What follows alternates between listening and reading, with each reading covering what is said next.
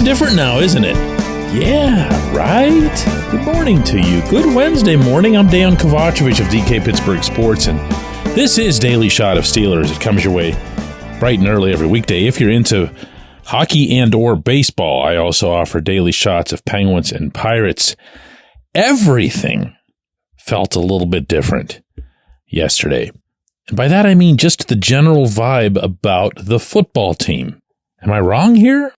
Landon Roberts came by our downtown headquarters and shop and studio. It's everything all in one. I really hope you'll have the chance to check out the good talk that we had as part of the new Double Shot show that we post every afternoon now.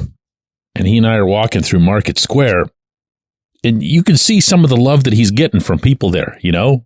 And you can hear the things that they're saying. It's not good luck on Sunday. It's go get 'em, man. You know, it's keep getting better. Think big. And after one of those scenarios occurred, I said to him, you know what? I think people were waiting. I think people in this city were waiting to see if you would beat both of the New York teams. And he burst out laughing. He's like, I think you're right. I think you're right. I think that is what everyone wanted to see.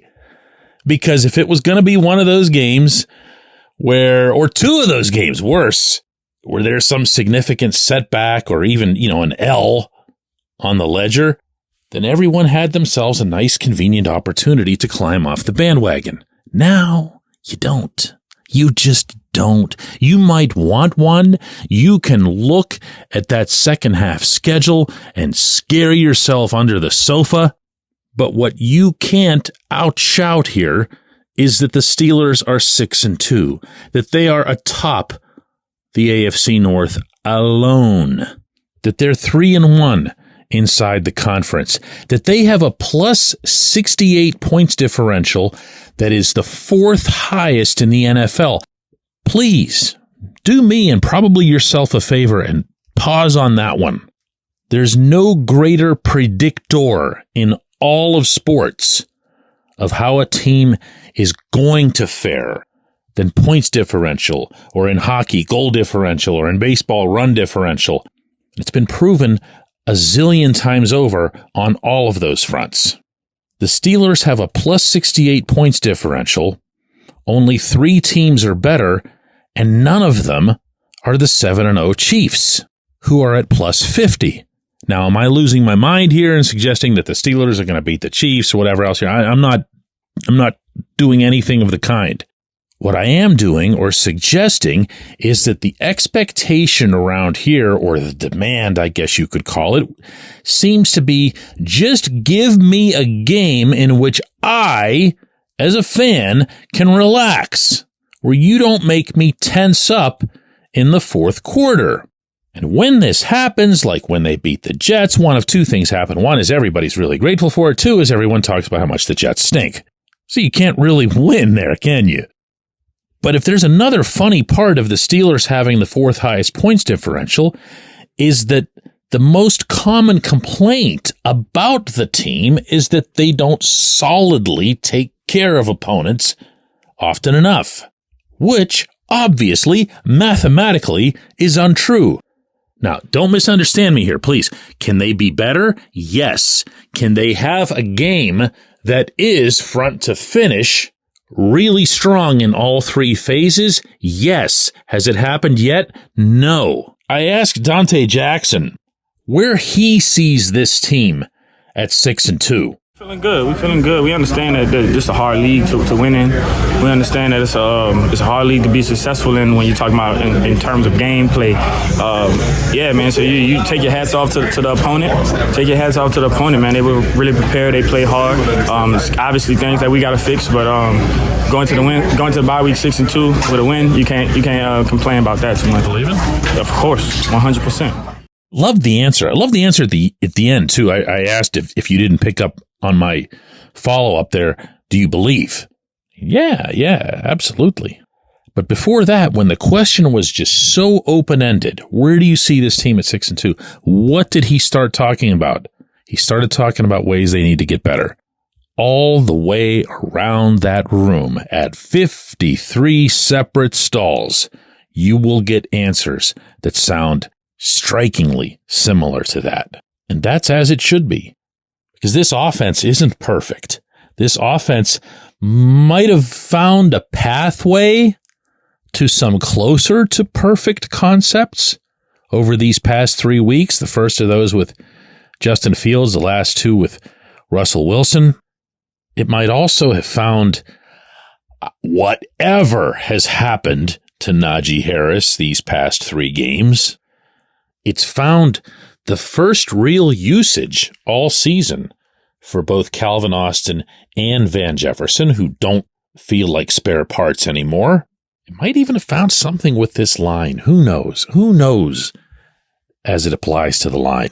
Though I do feel it's fair to ask, did you notice Dexter Lawrence the other night? Uh-huh. I don't care if they doubled him. I don't care if they chipped him. I care that his name wasn't getting called. Lots of room on defense for improvement. Landon and I talked a lot about that. Specifically, we went all the way around the different areas, the different collective traits that they have and how they've improved from Atlanta to now, but also how they can improve from Washington and beyond. Tangible stuff, not just perform better, not just execute better. Real tangible things that they've yet to do the way they know they can. Special teams, of course, we just put those out on an island. They are perfect. Oh my God. They're like beyond perfect at this point. The most you can hope for out of your special teams is that they stay anywhere close to this the rest of the way. It's a good football team. They know that. They feel that. You heard it from Dante. They believe that. But as Landon also told me yesterday, he said, one thing about, and he's only speaking of the defensive guys here because you know how football is. You tend to stay on your side of the ball, so to speak. He said they block it out. They block it out. And I said, well, even though I knew where he was going, I wanted him to be specific. And what do you mean by that? And he said, we block out all that stuff and everybody's telling us that we're great and everything. I thought he was going to say something else. But they're guarding against believing that they're too great. That should tell you a lot. When we come back, J1Q. This segment of Daily Shot is brought to you by our good friends at Mike's Beer Bar. They're located on Federal Street, directly across from PNC Park. Mike has more than 500 beers on tap, including from more than 50 local breweries. Stop in and say hello. Tell Mike we sent you. Mike's Beer Bar.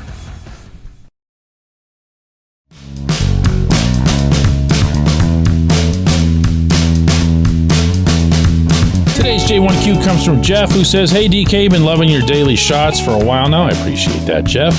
A lot of fans, I think, were expecting a blowout Monday night, a turn it off early kind of game. And instead, the Steelers ended up pulling it off with a one-score victory and ended the 30-point streak. And the defense got picked apart but held it together when it mattered. And the offense is a stupid penalty or a missed assignment away from breaking out.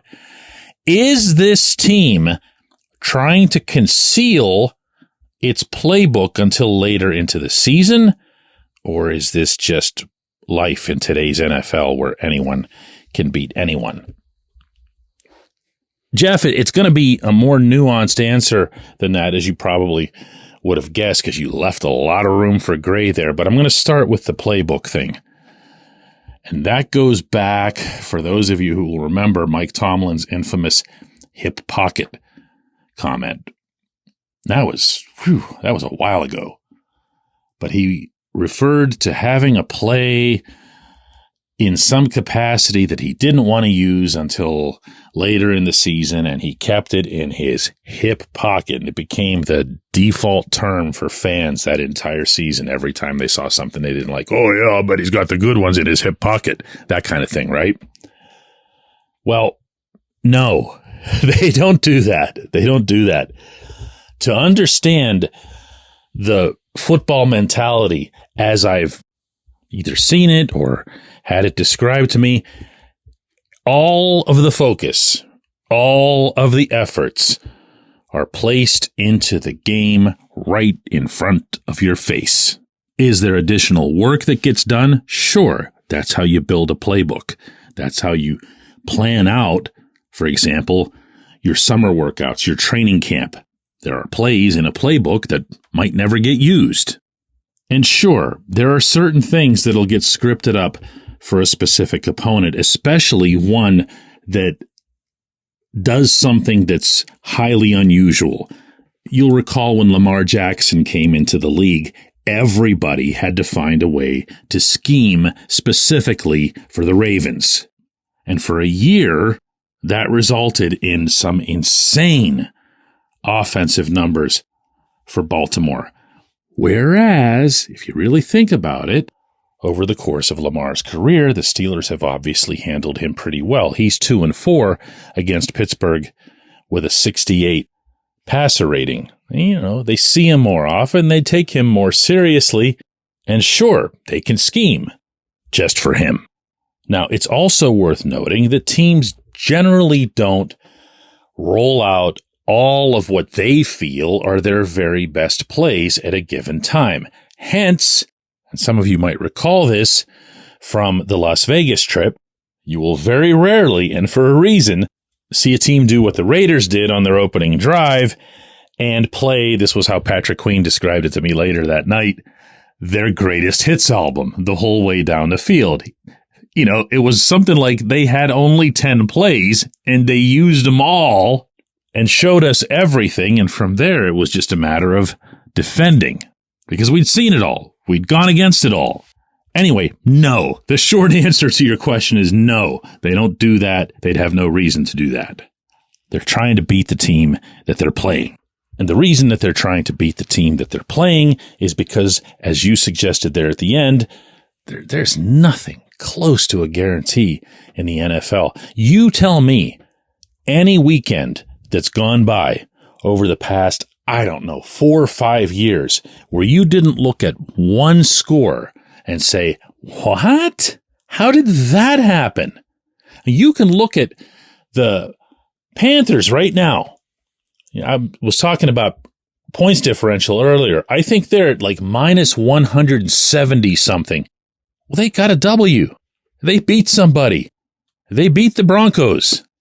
And the Raiders beat the Ravens. And the Browns just beat the Ravens.